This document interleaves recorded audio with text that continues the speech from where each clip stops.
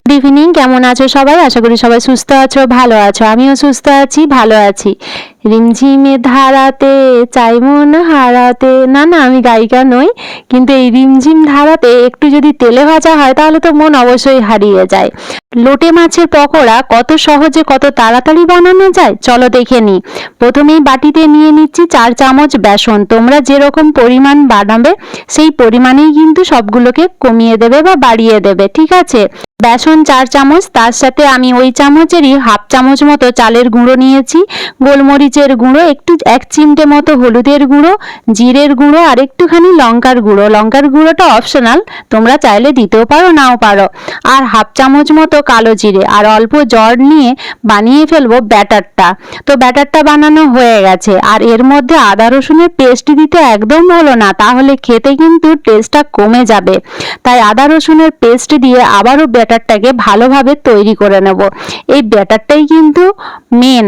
চলো ব্যাটারটা তো তৈরি করে নিয়েছি। আর দেখো এখানে আমি লোটে মাছগুলোকে ছোট ছোট করে কেটে নিয়েছি। তোমরা চাইলে গোটাও রাখতে পারো বা সাইজটা কম বেশি করেই নিতে পারো। এই মাছের মধ্যে কোনো কাঁটা থাকে না, যার কারণে এই মাছের পকোড়া খেতে খুব টেস্টি হয়, দুর্দান্ত টেস্ট হয়। আর এই বর্ষাকালে যদি এরকম পকোড়া হয় তাহলে তো আর বলার মতো কিছু নেই।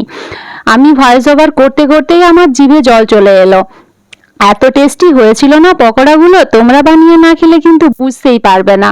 তো দেখো আমি পকোড়ার ব্যাটার তৈরি করে মাছটাকে ধুয়ে নিয়ে ভালোভাবে তার মধ্যে এক চিমটে মতো লবণ আর 1 চিমটে হলুদ মাখিয়ে নিয়েছিলাম।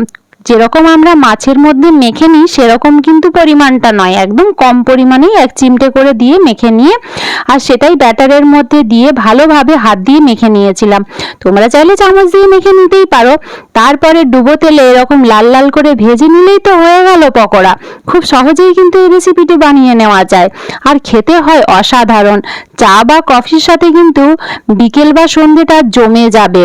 শ্রাবণের ধারা যখন তোমরা জানালা দিয়ে দেখতে পাবে যে টিপ টিপ করে বৃষ্টিগুলো পড়ছে, তখন কিন্তু মনেই পড়বে যে পায়েলের এই বানানো রেসিপিটা কিন্তু বানিয়ে খাওয়া যেতেই পারে, তাই না? তোমরা বানিয়ে খেয়ে বলো কেমন হয়েছে। আমার খুব ভালো লেগেছে। আর খেয়ে জানিও কিন্তু কমেন্ট করে কিরকম লেগেছে। আমি কিন্তু ওয়েট করব তোমাদের কমেন্টের জন্য। আমি কিন্তু সাথে একটু কোল্ড ড্রিঙ্কস নিয়েছিলাম, আমার একটু ঠান্ডা খেতেই ভালো লাগে। সবাই ভালো থেকো, সুস্থ থেকো।